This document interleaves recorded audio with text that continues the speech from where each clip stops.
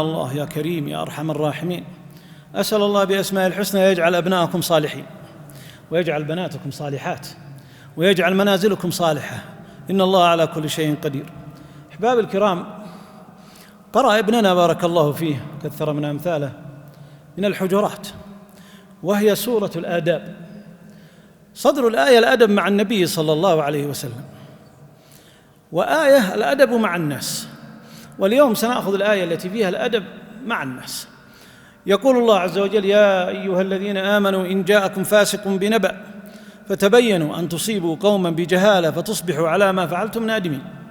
يا أيها الذين آمنوا، قال ابن مسعود: إذا سمعتها في القرآن فارعها سمعك، فإنما هو خير تؤمر به أو شر تنهى عنه.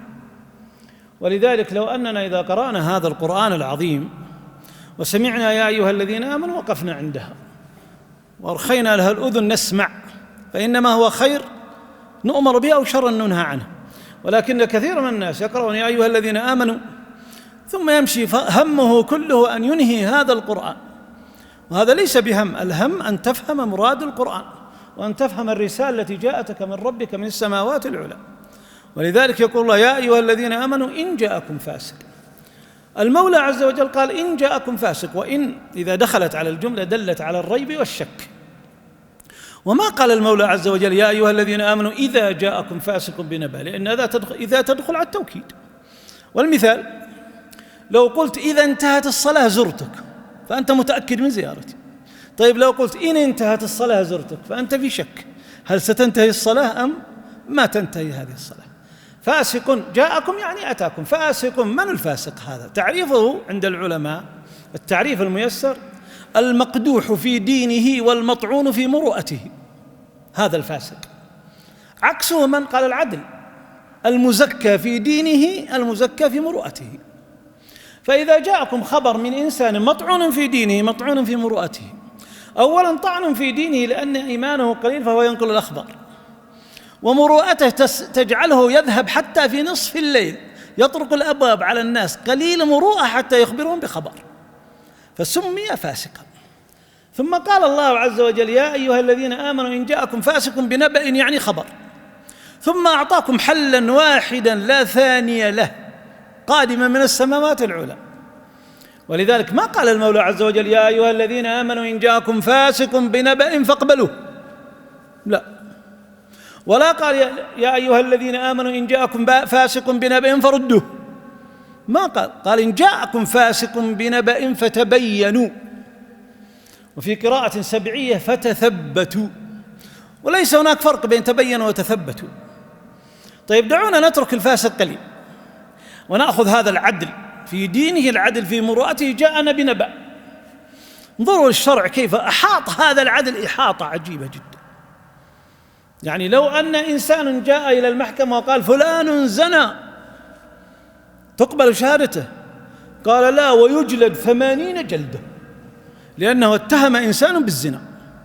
طيب اثنان وشهدوا أن فلان زنى، قال يجلد كل واحد منهم 80 جلدة. طيب ثلاثة من العدول المزكين قالوا يجلد كل واحد منهم 80 جلدة. طيب أربعة قال تقبل. والذين يرمون المحصنات ثم لم يأتوا بأربعة شهداء. طيب لو جاء آخر مزكى عاقل وقال فلان سرق، ما تقبل منه. اثنان فلان سرق، نعم. شوف هذا مزكى. طيب لو جاء واحد وقال رأيت هلال رمضان، قال يقبل منه، لأن عبد الله بن عمر قال ترى الناس الهلال فجئت إلى النبي صلى الله عليه وسلم رأيت الهلال يا رسول الله فصامه وأمر بالصيام، إذا الهلال يكفي واحد. طيب بالله عليكم لو وقف واحد بعد صلاة العشاء وقال والله إني كنت أملك ملايين مملينة، لكن أصابتني جائحة فأخذت مالي كله ولم يبقى معي شيء فأنا أريد من زكاة المال، ثم قام رجل معه وقال أشهد بذلك، تقبل شهادته؟ قال لا. طيب قام رجلان اثنان من العدول وقالوا نشهد بالله إنه حصل، ما تقبل شهادته. طيب قام ثلاثة قالوا نشهد، قال تقبل شهادته، لأن النبي صلى الله عليه وسلم أخبر عن أصحاب الجائحة قال فقام ثلاثة من أصحاب الحجة يعني العقول منكم فشهدوا له بذلك يعطى من الزكاة. شوف هذا الحرص كله على العدل، المزكى في دينه المزكى في مروءته. طيب إذا جاءكم فاسق مطعون في دينه مطعون في مروءته، ونقل إليكم خبر ليس لكم إلا حل واحد: تثبتوا تبينوا لا تستعجلون الأحداث. من الناس فقط من إذا وضع الفاسق الكلمة في أذنه خلاص التهب قلبه والتهب صدره، وقرر في الحال أن يفعل الأفاعيل وينتقم من صاحب الخبر. طيب وما يدري الخبر صحيح أم غير صحيح؟ الله أمرك في كتابه فقال: يا أيها الذين آمنوا إن جاءكم فاسق، وسماه فاسق بنبأ فتبينوا. طيب لماذا نتبين؟ قال: أن تصيبوا قوما بجهالة. جهالة يعني عدم التبين، فتصبحوا على ما فعلتم نادمين. لماذا نادم؟ قال: لأنك لم تتبين. يعني نعطي أمثلة كذا بسيطة. لو أن إنسان مسكك من الناس يعرفك وقال: تراني شفت ولدك اليوم يشرب دخان، شفت أنا اليوم، تذهب أنت مباشرة إلى ولدك تسومه سوء العذاب. طيب إذا جاءك بعد يومين قال: والله ترى ماني متأكد، شفته من وراء كذا كنه ظهره كنها غترته، كيف كنها قد سمنه سوء العذاب، وانت الآن تقول كأنها قد انتهى الولد خلاص.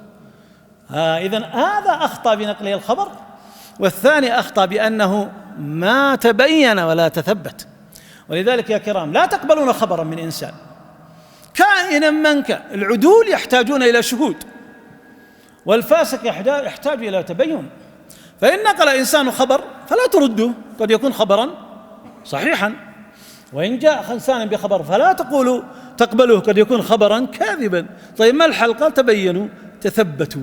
فإذا ساق إليك الخبر قل فقط لا غير في وجهه نتبين ونتثبت والله المستعان، ثم ابدأ تثبت. فإن كان الخبر صحيحا أخذت العلاج المناسب، وإن كان الخبر خاطئا رددته على صاحبه.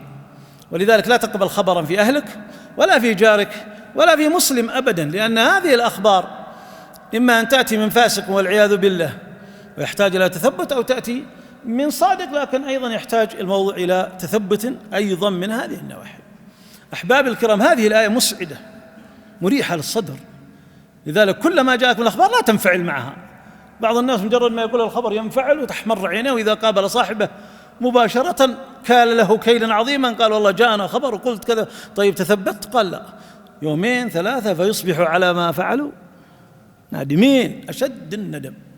ومن أشد من ينقل إليك الأخبار اليوم هذا الجهاز الذي في جيبك. هذا الجهاز يعطيك كل دقيقتين، كل 3 4 5 دقائق خبر. طيب التثبت من أخبار هذا الجهاز ممكنة. إذا قال لك الجهاز خبر كذا وكذا، إن كان الخبر في دين الله وفي سنة النبي صلى الله عليه وسلم فالتثبت فيها سهل. لو أرسل إليك حديثا التثبت سهل، تذهب إلى أي موسوعة وتتثبت مباشرة. لكن إن كان الخبر في إنسان ما كيف تتثبت؟ إن أتعبت نفسك بالبحث عن الدليل حتى تتثبت أتعبت نفسك. لا، الأمر سهل جدا. في زاوية الجوال كذا في سلة مهملات تشوفونها، ارمي في سلة المهملات ولا تنظر إليها ولا تتثبت فيها، لأنه خبر لا يهمك أبدا. لا سيما إن كان الخبر في ولي الأمر، فلا يجوز هذا الخبر أن ينقل، لأن بعض الناس ينقل أخبار هكذا، لا يجوز الخبر هذا ينقل أبدا. ولا في العلماء أيضا ما ينقل أبدا، العلماء لحوم مسمومة. ولا في الأمراء أيضا أبدا، ولا في المسلمين قاطبة. الأفضل أن يتحرى الإنسان ما في جيبه هذا ويستخدمه في الخير فقط لا في الشر. طيب إذا جاءك إنسان ويرسل لك خبر ثم قال: أسألك بالله أن تعيده فإن لك أجر وتدخل الجنة من 8 أبواب، إيش دراك؟ من علمك؟ من قال لك؟ أنت نقلت الخبر فقط، والله ما تدري، يمكن الخبر هذا الذي نقلته يحكم على البعيد بالفسق والعياذ بالله فيصبح من أهل النار. ولذلك لا تضع إصبعك هذا في الجهاز تعيد خبرا أبدا. إذا جاء الخبر أعجبك أهلا وسهلا، ما أعجبك دعه. من الأخبار أيها الكرام، ويتساهل بها كثير من الناس، ما يضر الإنسان في العامة.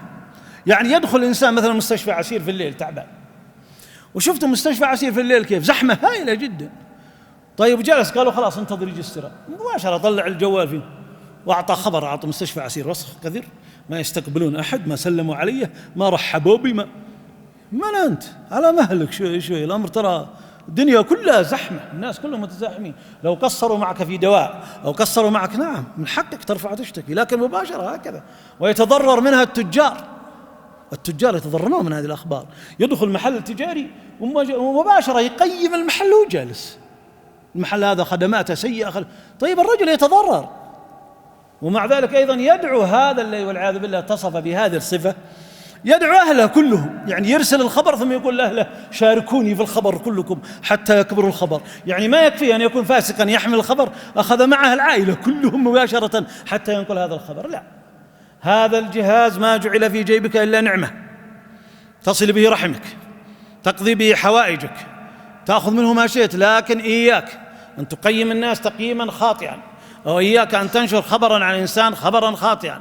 لست مسؤول عن الناس ولا مسؤول عن الأخبار، أنت مسؤول عن آية في كتاب الله: يا أيها الذين آمنوا إن جاءكم فاسق بنبأ فتبينوا أن تصيبوا قوما بجهالة فتصبحوا على ما فعلتم نادمين. والله لو أن هذه الآية معنا في الأخبار التي تلقى إلينا لأصبحنا في أمن وأمان، ما نشتد مع خبر، نتبين ونتثبت، عند ذلك نتصرف تصرف العقلاء ولا نصبح نادمين.